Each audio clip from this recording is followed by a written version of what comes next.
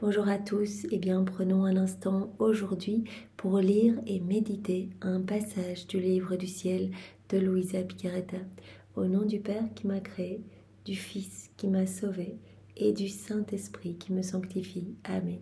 Jésus, je m'immerge en toi, dans ta divine volonté, dans cet acte unique et éternel d'amour, incessant, cet acte continuel. Je m'unis à toi, Jésus, je m'identifie à toi, je me consume en toi, je fonds ma volonté dans la tienne, je la fusionne dans la tienne, et comme tous les jours, je t'invite dans ma vie. Je veux vraiment que tu viennes t'établir dans mon cœur avec ton Père, l'Esprit Saint, avec ton royaume, ton trône, et que tu t'occupes de mon âme, avec ta maman, que tu viennes vraiment le défricher de toutes ces mauvaises choses, que tu viennes l'ennoblir, le purifier, l'embellir, par ta lumière, que tu viennes le réchauffer, que tu le remplisses de ta sainteté, que tu le remplisses de ton Esprit Saint, de ta présence, Seigneur. Oui, Jésus, je veux grandir dans cette ressemblance avec toi. Aussi, prends-moi par la main et amène-moi jour après jour un peu plus proche de toi. Amène-moi à ce 4e niveau de vie dans ta divine volonté, que tout devienne prière, que je devienne pur amour. Bien sûr, ma prière, elle est faite au nom de toutes, de tous, puisque vraiment je prie dans ta divine volonté, cette prière devient universelle. Et c'est comme si tous les hommes de toutes les générations te demandaient cette grâce de la vie dans ta divine volonté. Jésus, sers-toi de chacun de nous comme de bons instruments entre tes mains. Donne-nous la grâce de l'abandon, que nous puissions être malléables à ce que tu veux entreprendre dans nos vies, que nous puissions être réceptifs aux inspirations que tu mets en nous et que nous puissions nous laisser guider, que nous puissions vivre totalement immergés en toi, que tout soit fait pour toi, que tout soit fait par toi et que tout soit fait totalement dans ta divine volonté, Seigneur, que tout puisse t'apporter un sourire, que tout puisse être une source de joie et de réjouissance pour toi, chacun de nos mouvements, Seigneur. Vraiment, nous entendons nous offrir à toi et que notre vie ici-bas puisse servir ta gloire, Seigneur, et que nous puissions par tous nos mouvements conscients et inconscients travailler à l'avènement de ton royaume ici-bas et au salut des âmes. Jésus, je te demande maintenant de venir chez chacun de nous, travailler nos cœurs, nous disposer pour accueillir ce nouvel enseignement. Voilà, nous voudrions le comprendre avec ta compréhension à toi. Vraiment, c'est dans ta divine volonté que nous voulons méditer sur ce passage pour que vraiment rien ne nous échappe et que tous ces mots bénis qui t'appartiennent, qui sont les tiens, tu nous as montré tellement de fois que vraiment tu aimais ces écrits. Tu as dit à Louisa, chaque enseignement est une partie de moi, chaque vérité que je vous donne est une vie divine que je sors de moi. Et donc tu nous as montré aussi que tu rangeais tous ces livres dans ton cœur, tu les ordonnais dans ton cœur parce que tellement tu y tiens, Seigneur. Alors que vraiment nous ne passions pas à côté du message que tu veux nous donner aujourd'hui et que nous puissions nous en abreuver, que cela puisse vraiment nous transformer et que nous puissions mettre en pratique ce que tu attends de nous pour que nos vies se transforment et que nous puissions devenir des petits tabernacles d'amour pour toi, que nous puissions vivre tout le temps unis à toi dans cette union sanctifiante. Jésus, parle maintenant à travers ma bouche, envoie sur chacun de nous ton Saint-Esprit, que ce moment fait en union avec toi puisse toucher de nombreuses âmes, puisque quand on s'unit à toi directement, tu agis à travers nous et vraiment tu vas toucher des âmes du passé, des âmes du présent, des âmes du futur et vraiment tu leur donnes des grâces de sainteté, des grâces de conversion, des grâces de purification, des grâces de retour à toi, de repentir, des grâces, des âmes qui vont découvrir les écrits du ciel, d'autres qui vont se laisser complètement remplir par ces mots qui sont les tiens, Seigneur, d'autres qui vont s'essayer à leurs premiers actes dans la divine volonté. Il y aura quelque chose pour chacun, que ce soit toutes les âmes en exil avec nous ici-bas, les âmes du passé, les âmes du futur, mais également chaque élément de la création va pouvoir sentir les effets bénéfiques d'un acte fait en union avec toi, tout comme tous les habitants de la patrie céleste, les saints, les bienheureux qui vont recevoir une gloire accidentelle, les âmes du purgatoire qui vont ressentir un rafraîchissement nouveau. Donc c'est absolument magnifique, Seigneur, et nous te remercions. Sauve beaucoup d'âmes par ce moment fait en union avec toi. Et garde-moi toujours unie à toi, Seigneur, que vraiment je ne m'écarte jamais de ce que tu veux nous donner et que vraiment tes mots puissent toucher les cœurs, Seigneur. Viens, Esprit Saint, viens, par la puissante intercession du cœur immaculé de Marie, ton épouse bien-aimée. Viens, Esprit Saint, viens, par la puissante intercession du cœur immaculé de Marie, ton épouse bien-aimée. Viens, Esprit Saint, viens, par la puissante intercession du cœur immaculé de Marie, ton épouse bien-aimée. Alors le passage que nous allons méditer est celui du 30 août 1928. Nous sommes dans le volume 24 et c'est toujours notre sœur Louisa qui parle.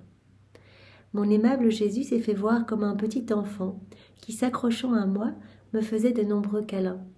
Voilà, cela rejoint un petit peu ce dont nous avons parlé hier. Nous pouvons toujours nous imaginer Jésus tout petit, voilà, dans notre âme, tout proche de nous, et être dans cette proximité d'amour, vraiment lui donner de l'attention, et à chaque acte fait en union avec lui, le laisser grandir, prendre plus de place.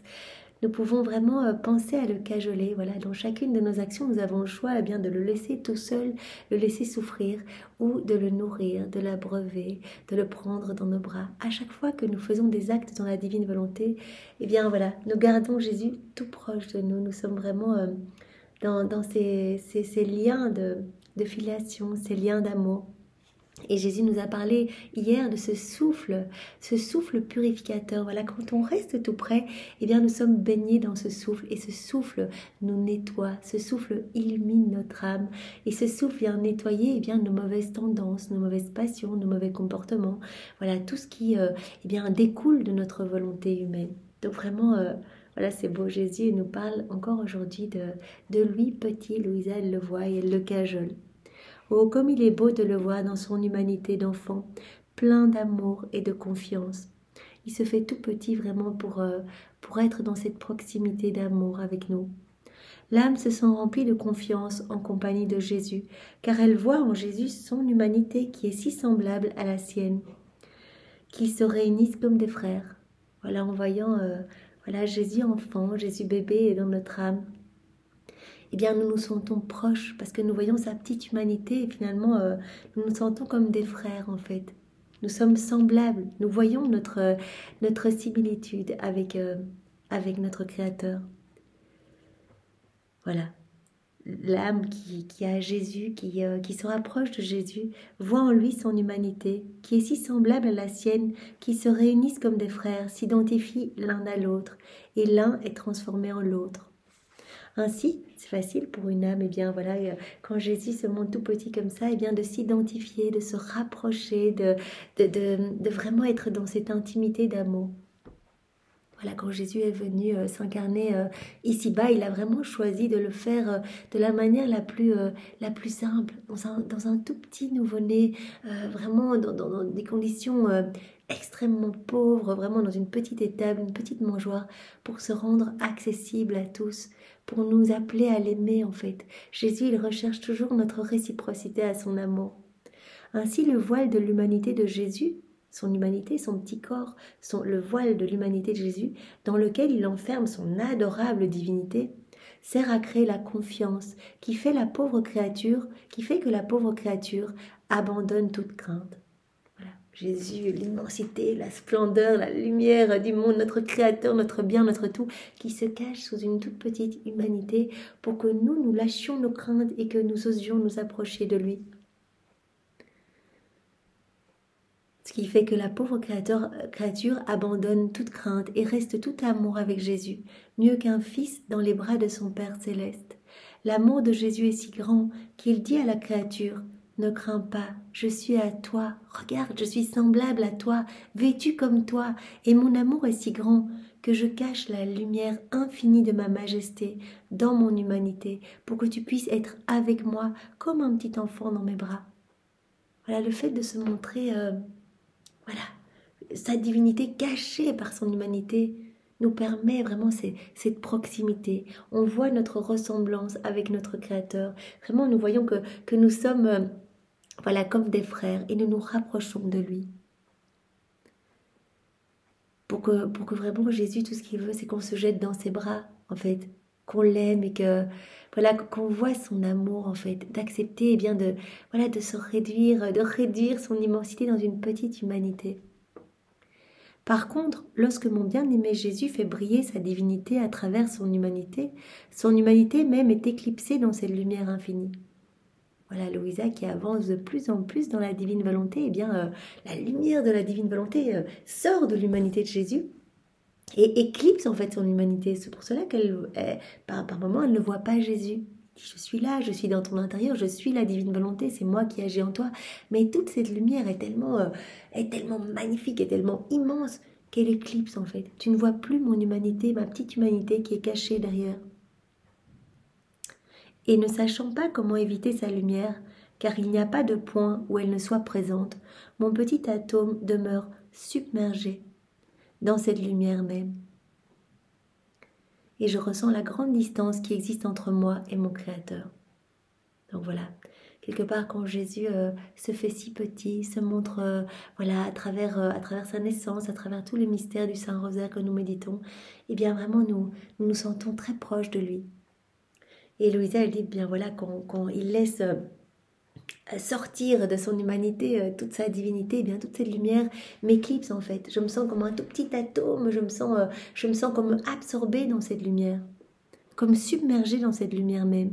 Il me semble que je suis en train de dire des bêtises, aussi je m'en vais. C'est alors que mon très grand bien Jésus me dit, ma fille, le royaume de ma divine volonté est tout préparé dans mon humanité et je suis prêt à le manifester pour le donner aux créatures. Voilà, Jésus nous l'a déjà dit tellement de fois, tout est prêt. En fait, quand il est venu sur la terre, il a travaillé pour nous récupérer ce royaume de la divine volonté depuis la seconde 1 de son incarnation jusqu'à sa mort. Il a travaillé avec sa maman continuellement. Jésus petit qui cueillait des fleurs, Jésus petit qui allait jouer avec ses cousins, Jésus voilà qui faisait la petite école à la maison avec maman Marie. Voilà, Jésus dans ses prédications, à chaque instant, Jésus travaillait pour vraiment nous réhabiliter à vivre dans ce royaume si saint, le royaume de sa divine volonté. Et il l'a fait au prix de terribles souffrances, comme nous le savons. Eh bien, il a repris tous nos actes déconnectés de la divine volonté. Il nous a vus à travers les siècles. Voilà, toutes ces paroles que nous prononçons en déconnexion avec la divine volonté, toutes les fois où nous nous laissons glisser dans les conversations du monde, où nous faisons écouter des conversations mauvaises, toutes les fois où nos yeux se posent sur les choses ici-bas, toutes les fois où nos pensées ne sont pas tournées vers Dieu, toutes les fois où nous agissons et que nos actions ne sont pas pour la gloire de Dieu, toutes les fois où nous marchons à des fins mauvaises ou juste à des fins humaines, eh bien Jésus a repris tous ces actes et il les a refaits. Et vraiment, cela a été comme des clous dans ses mains, des clous dans ses pieds, des flagellations, des crachats, des coups, du fiel et du vinaigre dans sa bouche, ce que sa divinité a imposé à son humanité. Donc des souffrances atroces au point tel qu'il a dit, voilà ce que j'ai enduré toute ma vie, toutes ces souffrances pour pour vous permettre de revivre dans ce royaume de la divine volonté et pour refaire toutes vos vies.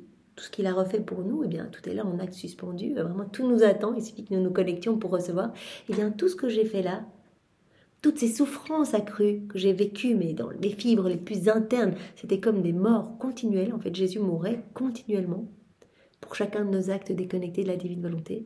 Mais il a dit, c'était tellement fort que ce que j'ai vécu fin de ma vie, finalement, cette passion dont vous avez connaissance de par les évangiles, ce n'était qu'une ombre, en fait, ce n'était qu'une paille, parce que quand on sait qu'une souffrance va prendre fin, quelque part, il y a déjà un soulagement. Mais toute ma vie, c'était vraiment, voilà, c'était une peine et une torture continuelle parce que c'était infligé par ma divinité à mon humanité. Donc Jésus dit à Louisa, tout est prêt en fait. Maintenant, on est au temps où nous allons former ensemble ce royaume en fait. De par toutes ces vérités que je vais te donner, toutes ces vérités qui sont des vies divines, qui vont transformer mes enfants, qui vont leur donner cette soif de vivre dans ma divine volonté, je te donne ces vérités, je vais les graver d'abord dans ton cœur, puis je vais te les donner, puis je vais t'aider à les mettre par écrit. Nous allons travailler ensemble pour vraiment que ces écrits puissent servir de chaque vérité, de porte supplémentaire, de voie, de clé, de chemin permettant aux âmes d'accéder au royaume de mon divin fiat. Mais tout est prêt, tout est prêt, tout est préparé dans mon humanité et je suis prêt à le manifester pour le donner aux créatures. Il est prêt à manifester le royaume de sa divine volonté pour nous le donner. On peut dire que j'ai formé les fondations et élevé les bâtiments. Les chambres sont innombrables, toutes décorées et illuminées. Tout est beau, tout a été refait, nos vies, nos pas, nos regards, nos mouvements, tout a été sanctifié, tout glorifie le Père. Donc on a vraiment la version de notre vie qui est somptueuse, qui amène de la joie et de la lumière partout. Donc qu'attendons-nous pour nous unir? À chaque fois qu'on fait un acte en union avec Jésus, eh bien, on vient décrocher cet acte parfait en fait. La divine volonté opère en nous et donc quelque part on décroche ce moment. Donc si on dit je fais toute ma matinée dans ta divine volonté, je mange dans ta divine volonté, ou alors je refais cette matinée où j'ai oublié de t'appeler Seigneur, et bien directement on décroche cette matinée qui a déjà été faite pour nous par Jésus de manière parfaite, qui glorifie parfaitement la Trinité, qui touche les âmes, qui en sauve, qui en sanctifie, etc. Donc Jésus dit, lors de mon passage sur la terre, eh bien mon humanité a déjà tout préparé, au prix de toutes ses souffrances. J'ai formé ce royaume, j'ai formé les fondations de ce royaume. C'est comme si j'avais déjà élevé les bâtiments. Et il y a des chambres innombrables, je peux accueillir tout le monde dans ce royaume. Toutes les chambres sont décorées et illuminées, pas avec de petites lumières, mais par autant de soleil qu'il y a de vérité que j'ai manifestée sur mon divin fiat. Chaque vérité que je te donne, c'est vraiment une vie que je sors de moi, c'est un nouveau soleil que vraiment que je donne en fait au monde, pour que vraiment les âmes puissent accueillir toute cette lumière et se laisser transformer pour pouvoir vivre dans mon royaume. Rien n'y manque dans mon royaume. Rien n'y manque que ceux qui voudront y habiter. Là, Jésus dit, tout est prêt. Ne manque maintenant que la diffusion des connaissances. Voilà, toi, Louisa, qui est l'instrument que j'ai choisi pour faire connaître mes vérités. Et il ne manque que les âmes qui vont me donner leur oui, en fait. Voilà, j'invite tout le monde. Il y a de la place pour tout le monde. Toutes les chambres sont là, elles sont déjà magnifiquement décorées, elles regorgent des lumières célestes. Et vraiment, je veux inviter les âmes en leur donnant cette soif, en fait, en leur donnant vraiment un avant-goût du ciel, en fait, à leur parler des bonheurs célestes, des joies célestes, de tout ce qu'elles vont acquérir en s'unissant à moi, en me laissant vivre en elles, en laissant plus de place à ma divine volonté, pour qu'elle opère à travers leur humanité. Il y aura de la place pour tous. J'invite toutes les âmes. Car mon royaume est vaste, plus vaste que le monde entier. Avec le royaume de ma volonté, tout sera renouvelé dans la création. Les choses reviendront à leur état originel. On le sait, voilà, les hommes sont appelés en vivant dans la divine volonté à reprendre cette place qu'Adam avait en son état d'innocence, cette place magnifique d'enfant de Dieu, d'enfant de lumière, revêtu vraiment de ce vêtement royal, dans ces liens doux de filiation, dans cette harmonie d'amour avec la Trinité. Nous sommes appelés à reprendre cette place originelle. C'est pourquoi beaucoup de fléaux sont nécessaires et ils auront lieu, afin que la justice divine puisse être en équilibre avec tous mes attributs.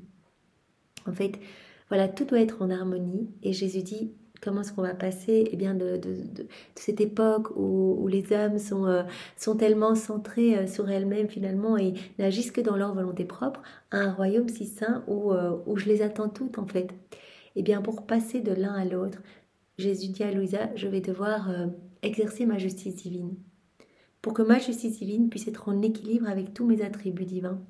Donc la terre va devoir passer par une purification pour vraiment que l'homme revienne à moi et qu'il puisse être réinstauré cette harmonie entre le ciel et la terre. Donc beaucoup de fléaux sont nécessaires et ils auront lieu, afin que la justice divine puisse être en équilibre avec tous mes attributs, de telle sorte que, en s'équilibrant, ma divine justice puisse laisser le royaume de ma volonté demeurer dans sa paix et son bonheur. Donc, Jésus dit, voilà, c'est un passage obligé de purification pour ramener l'homme à nous, en fait. Combien d'hommes, dans la difficulté, devant certains obstacles, se tournent vers Dieu, en fait, demandent pardon, se mettent à genoux. Et donc vraiment Jésus dit tout est une histoire d'équilibre et ma justice divine est un pilier divin et donc tout doit s'harmoniser et donc ma justice doit s'exercer pour qu'elle puisse être en équilibre avec tous mes attributs divins. Par conséquent, ne sois pas surprise qu'un si grand bien que je prépare et que je veux donner soit précédé de nombreux fléaux. C'est ma justice qui réclame ses droits, afin que, revenue à l'équilibre, elle puisse se mettre en paix avec les créatures et ne plus les inquiéter. Donc Jésus dit, il faut ce retour à l'équilibre, voilà, de ma justice divine. Et donc il va y avoir ces fléaux pour que, voilà, que la justice puisse, comme il le dit ici, qu'elle puisse se mettre en paix avec les créatures et ne plus les inquiéter. De plus, comme les enfants de mon divin fiat ne l'offenseront plus, ma divine justice se changera pour eux en amour et en miséricorde. Voilà, donc c'est un passage obligé. Il va y avoir cette purification, comme dit Jésus à Louisa, pour vraiment rééquilibrer tout.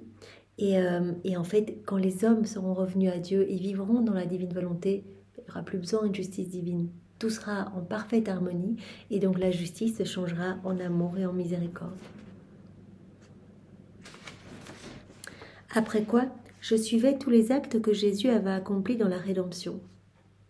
Et mon doux Jésus ajouta, ma fille, mon langage dans la rédemption était très différent que celui que j'ai utilisé pour le royaume de ma volonté. Jésus, lors de son passage sur la terre, il parlait de manière très simple, en images, en paraboles, langage tout à fait différent que celui qu'il utilise pour vraiment nous parler de sa divine volonté, pour nous en expliquer les grands biens que nous pourrions en retirer, de vivre en union avec lui. En fait, dans la rédemption, mon langage était adapté à ceux qui étaient incapables, faibles, sourds, muets et aveugles. Le Seigneur s'adressait à des hommes malades, en fait, des hommes qui avaient besoin de remèdes. Toutes les générations suivant Adam, voilà, une génération en fait tombée, une génération vivant dans sa volonté propre. Donc je m'adressais à des faibles, sourds, muets et aveugles, et beaucoup étaient au bord du tombeau. Par conséquent, pour leur parler, j'ai fait usage de paraboles et de comparaisons avec le monde d'en bas, qu'eux-mêmes pouvaient toucher de leurs mains. Donc Jésus a utilisé vraiment des exemples très simples, des exemples pris avec des choses de la terre, en fait. Pour que les âmes, en fait, tellement imbibés dans leur volonté humaine, puissent accéder en fait à ces remèdes. Aussi, je leur ai parlé tantôt comme un médecin, leur offrant des remèdes pour les guérir, tantôt comme un père qui attendait le retour de ses enfants, même les plus indisciplinés, tantôt comme un berger qui part à la recherche de la brebis perdue, tantôt comme un juge qui, incapable de les attirer par l'amour, essaie au moins de les prendre par les menaces et par la peur. Et beaucoup d'autres comparaisons. Ce langage que j'ai adopté montre que ceux à qui je m'adressais ne me connaissaient pas. Jésus n'était pas connu et il s'adressait vraiment à des hommes malades en fait, qu'il venait vraiment qu'il venait sauver. Les hommes ne me connaissaient pas, ne m'aimaient pas et faisaient moins encore ma volonté. Au contraire, ils étaient loin de moi. Et moi, avec mes paraboles, je faisais les recherches et tendais les filets pour les prendre et donnais à chacun le remède pour le guérir. Donc Jésus utilisait des mots très simples parce que voilà, il voulait avant tout donner le remède en fait à chaque homme.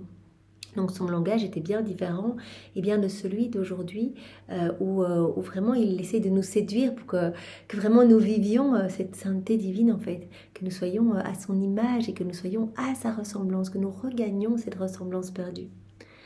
Mais combien m'ont échappé? Donc vraiment, au moment du passage sur la terre de Jésus, ce n'était pas le moment de parler déjà de sa divine volonté, parce que les hommes n'auraient rien compris. Ils étaient encore trop loin, ils ne connaissaient pas Jésus du tout, ou vraiment ils en étaient éloignés. Et donc il fallait donner des petites gorgées de remèdes pour les mettre debout. Mais combien m'ont échappé, et j'ai intensifié mes recherches et mes enseignements afin qu'ils puissent sortir de leur aveuglement obstiné. Mais voilà, c'est ce que Jésus faisait extérieurement, ses paroles. Mais nous savons qu'intérieurement, il travaillait tout le temps, microseconde après microseconde. Il travaillait pour nous faire vivre à nouveau dans ce royaume de la divine volonté. Vois maintenant combien est différent le langage dont je me suis servi pour manifester les vérités sur ma divine volonté, qui doit servir les enfants de son royaume. Mon langage à propos du fiat a ressemblé à celui d'un père au milieu de ses chers enfants, qu'il aime, tous en bonne santé. Jésus dit, mon langage est différent pour parler du royaume de ma divine volonté. Je ne m'adresse plus à des enfants, à des hommes malades, vraiment qui sont à terre, vraiment où je leur donne en fait par des petites paroles très simples, des petits remèdes. Ici, je m'adresse à des enfants en bonne santé. des enfants qui m'aiment. Et comme tous possèdent en eux ma vie même, ils seront capables, en vertu de ma volonté, de comprendre mes plus hautes leçons. Voilà, même si nous débutons dans la divine volonté et que nous sommes fragiles, faibles, misérables, encore bien imbibés de nos volontés propres, bien malades, eh bien Jésus nous a déjà donné dès le départ, il nous dit, voilà, immergez-vous en moi, unissez-vous à moi, et c'est moi qui vais comprendre en vous. C'est vraiment ma divine volonté qui va comprendre en vous. C'est moi qui vais vraiment accueillir en vous eh bien, toutes ces paroles que je vais vous donner. Donc Jésus va utiliser vraiment un langage totalement différent et il va vraiment aller avec des comparaisons du ciel en fait. Il va nous parler de choses divines parce que il va mettre en nous sa propre compréhension.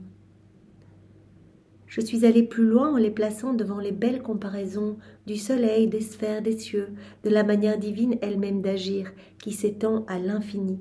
Car ayant en eux mon divin fiat, ils auront aussi celui qui a créé les cieux, les sphères et le soleil, et qui leur donnera la vertu de copier en eux-mêmes tout ce qu'il a créé et les moyens mêmes qu'il a utilisés dans sa divine opération. Jésus dit, ben voilà, mon langage est différent parce que ces âmes eh bien, accueillent mes paroles, accueillent ces vérités eh bien, dans ma divine volonté. Et donc, elles reçoivent déjà ma compréhension. Elles vont penser avec mes pensées à moi. Elles vont posséder ce divin fiat qui a créé le soleil, les sphères, voilà, les cieux, etc.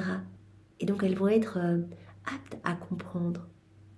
Et par cet acte fait en union avec moi, eh bien, il y a une nouvelle création dans leur âme. Elles vont être capables de copier en elles-mêmes tout ce qu'il a créé, tout ce que ce divin fiat a créé, et les moyens même qu'il a utilisés dans sa divine opération. Les hommes vivant dans la divine volonté seront les copieurs de leur Créateur. Voilà, on devient comme des échos de la Trinité en fait. On laisse la divine volonté vivre en nous, et le divin fiat, eh bien, on le laisse opérer et agir en nous. Et à chaque acte fait dans la divine volonté, il y a une nouvelle création. Jésus le dit, un nouveau soleil, nouveaux cieux, des choses magnifiques. Ce qu'on voit à l'extérieur, eh bien, cela se trouve également dans notre âme. À chaque fois, eh bien, notre âme est embellie des plus beaux ornements du ciel, etc. Pour cela que Jésus a dit, voilà, je n'aurais pas pu m'incarner dans le sein d'une maman totalement imbibée dans sa volonté propre. C'est parce que Marie a été totalement dans la divine volonté, que son âme était belle et remplie de toutes les merveilles du ciel, elle détenait tout, et donc j'ai vraiment retrouvé mon paradis dans son cœur. Donc à chaque fois que nous nous unissons à Jésus, eh bien notre âme devient de plus en plus belle, et en fait Jésus s'y sent de mieux en mieux en fait. Il est de plus en plus à l'aise, il a de plus en plus d'espace, et notre âme eh bien devient de plus en plus un palais céleste. Il utilise ce terme, un palais céleste. À chaque fois, il l'orne de nouvelles belles choses et vraiment, il prononce son fiat créateur. Et à chaque fois, également, il prononce la parole de la consécration sur notre âme. À chaque acte fait. Vous imaginez un acte fait, maintenant, ce que nous faisons, eh bien, notre acte est hostie pour Jésus. Nous pouvons le nourrir. Nous pouvons, notre acte devient aussi boisson pour abreuver Jésus. Une boisson délicieuse, parce que Jésus a soif de notre amour. Donc, c'est comme si toute notre âme se liquéfiait pour abreuver Jésus et vraiment le remplir de douceur, en fait, des douceurs célestes, des douceurs divines, en fait. On n'offre rien de nous, on offre Dieu à Dieu. Donc ces âmes seront, les hommes vivant dans la divine volonté, ils seront les copieurs de leur Créateur. Et c'est pourquoi j'ai pris si longtemps à manifester les vérités sur mon fiat, ce que je n'ai pas fait dans ma rédemption, car c'était alors des paraboles qui contenaient des manières humaines et finies. Jésus utilisait des exemples, mais il reprenait des choses terrestres, des choses humaines, des choses finies, limitées. Des paraboles qui contenaient des manières humaines. Et c'est pourquoi je n'avais pas beaucoup de matériel pour pouvoir en parler longuement. Par contre, les comparaisons qui concernent ma volonté sont de nature divine. Et il y a donc tant de matériel pour en parler qu'elles en deviennent inépuisables. Voilà, Jésus dit, je pourrais en parler à l'infini de ma divine volonté, puisqu'il y a toujours quelque chose de nouveau à dire. Pour cela, quand Louisa, à un moment, c'est dans les premiers volumes, à un moment, elle se dit, mais Jésus, tu ne me parles plus, ça y est, on a terminé... C'était peut-être volume 12, 13, quelque chose comme ça. Et Et Jésus dit, parce qu'elle se disait, mais si c'est fini, eh bien, on va rester ensemble et on va pouvoir juste profiter l'un l'autre, voilà, que je puisse profiter de ta présence. Elle n'aime pas écrire et pour elle, c'est vraiment un grand sacrifice. Et Jésus lui a dit, non, non, non, non, là, je suis juste en train de me reposer dans la création que j'ai opérée dans ton âme. À chaque fois que je te donne une vérité, que tu la digères, que tu l'assimiles, que tu la mets en pratique, que tu fais tes rondes, que tu fais tes actes, que tu loues, que tu bénis, que tu répares, eh bien, il y a quelque chose de tellement beau dans ton âme que je viens m'y reposer, en fait. Donc, on offre un doux repos à Jésus. Mais il pourrait nous parler éternellement de sa divine volonté. Il y a tant de matériel pour en parler, eh bien, qu'elle devienne inépuisable, toutes les comparaisons concernant la divine volonté. Qui peut mesurer l'ampleur de la lumière du soleil et l'immensité de sa chaleur? Personne. Qui pourra jamais fixer une limite aux cieux et à la multiplicité de mes œuvres divines? Oh, si tu savais combien de sagesse, d'amour, de grâce et de lumière j'ai placé dans la manifestation de mes vérités sur mon divin fiat, tu serais inondé de joie au point de ne plus être capable de vivre. Chaque vérité, mais... Et vraiment, voilà, c'est comme Louisa pouvait le voir dans son cœur, voilà, elle voyait un océan de cristal, une mer de cristal, et tous les 2-3 pas, il y avait un petit Jésus, en fait, qui était là. Donc elle avait demandé à Jésus, qu'est-ce que cela signifiait? Jésus avait dit, voilà, cet océan, cette mer de cristal, c'est la mer de ma divine volonté. Et voilà, tous les 2-3 pas, moi, représenté en petit Jésus, eh bien, ce sont toutes les vérités que je te donne. J'y mets tant d'amour, en fait. Vraiment, c'est quelque chose que je sors de moi. C'est vraiment une source jaillissante de lumière qui vient nettoyer ton âme, qui vient la parfumer, qui vient l'embellir. J'y mets tant d'amour, j'y mets tant de grâce, tant de sainteté, tant de sagesse, tant de lumière, que si tu pouvais le voir, en fait, si tu pouvais t'en rendre compte, tu mourrais de joie, en fait. Et tu voudrais tout le temps être dans les écrits du ciel. Voilà, pour nous, Jésus nous parle aujourd'hui, tu voudrais tout le temps accueillir de nouvelles vérités et tu ne perdrais plus un instant pour accueillir, pour t'en abreuver, pour mettre en pratique, pour faire des actes en union avec moi, etc. Tu languirais pour que soit connue l'œuvre de ton Jésus, afin qu'une œuvre aussi exubérante, d'un prix incalculable, puisse avoir sa gloire et communiquer ses effets bienfaisants à toutes les autres créatures.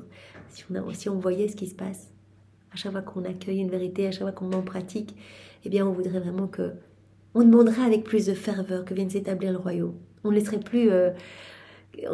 plus une minute sans demander que vienne s'établir le royaume. Vraiment que tout soit demande pour que s'établisse le royaume. On doit se servir de tout. D'ailleurs, Jésus le disait à Louisa, sers-toi de tout ce que tu fais pour demander que mon royaume s'établisse. Parce qu'à chaque fois que tu fais quelque chose dans la divine volonté, que tu demandes, eh bien le royaume, c'est comme si tu payais une avance pour que ce royaume descende plus rapidement, non seulement dans ton cœur, mais dans tous les cœurs. À chaque fois, j'en élargis un peu les frontières et il descend plus rapidement. Des âmes sont touchées et des âmes découvrent les écrits du ciel. Donc vraiment, Seigneur, eh bien, aiguise nos sens pour que nous puissions nous émerveiller chaque jour davantage.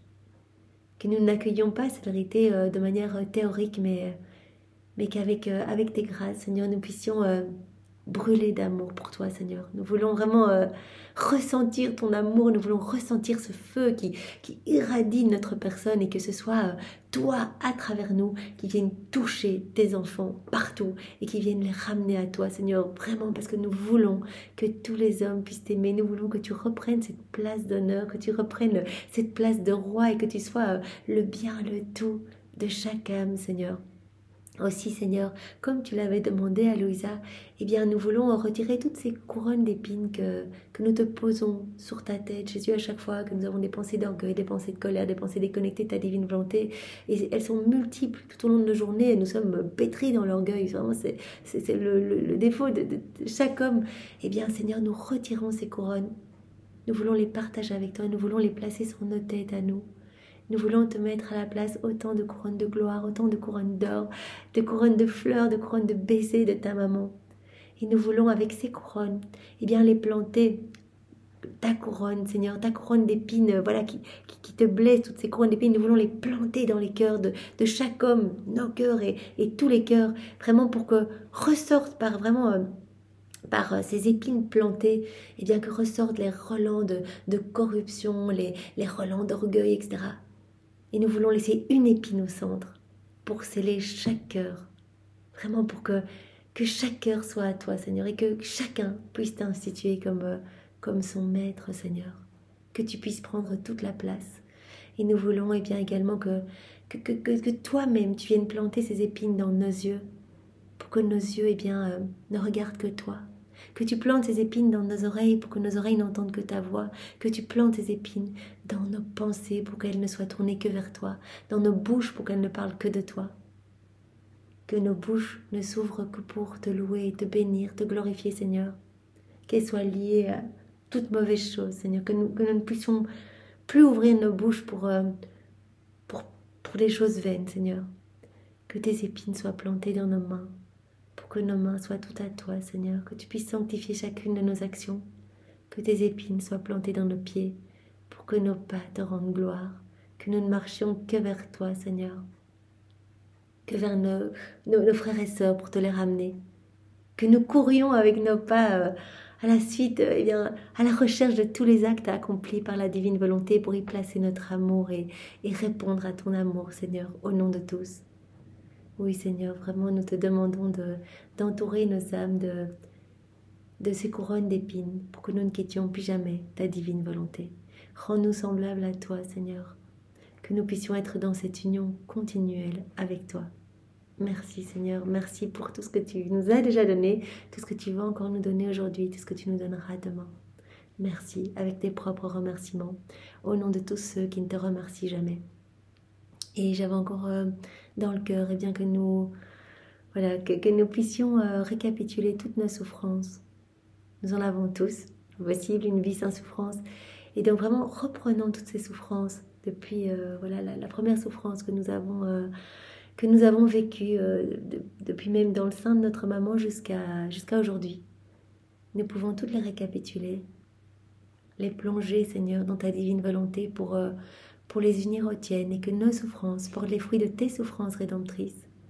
Nous voulons toutes te les offrir, Seigneur, pour t'apporter du soulagement, pour être comme tu en parles à Louisa dans cette deuxième ou troisième heure de ton agonie au jardin de Gethsémani, où tu l'appelles à être ton ange gardien.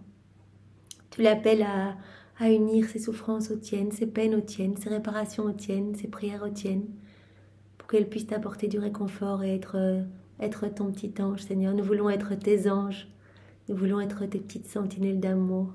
Nous ne voulons plus que tu souffres et nous te demandons d'être pour nos cœurs une sentinelle également. Que tu sois notre sentinelle aussi pour que les démons déchaînés ne puissent plus nous faire chuter. Que nous restions dans cette enceinte de ton royaume, dans cette mer de lumière et que vraiment les démons n'aient plus aucun impact sur nous. Quand on reste unis à toi, rien ne peut nous affecter, Seigneur. Tu nous l'as dit. Gardez les yeux sur moi et vraiment je m'occuperai de vous et rien ne pourra perturber cette paix divine que je vais mettre dans votre cœur. La paix est un véritable signe que l'on vit dans la divine volonté.